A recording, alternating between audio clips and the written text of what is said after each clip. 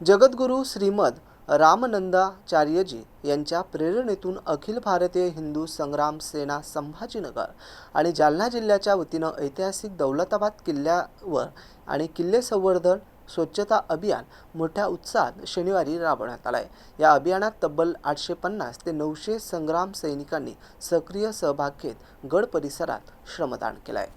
दौलताबाद किल्ल्यावरील कचरा गोळा करून स्वच्छता करण्यात आली आहे। तसेच गडाच्या संवर्धनाबाबत जनजागृती करण्यात आली। गड किल्ले हे आपल्या वैभवशाली इतिहासाचं प्रतीक आहे।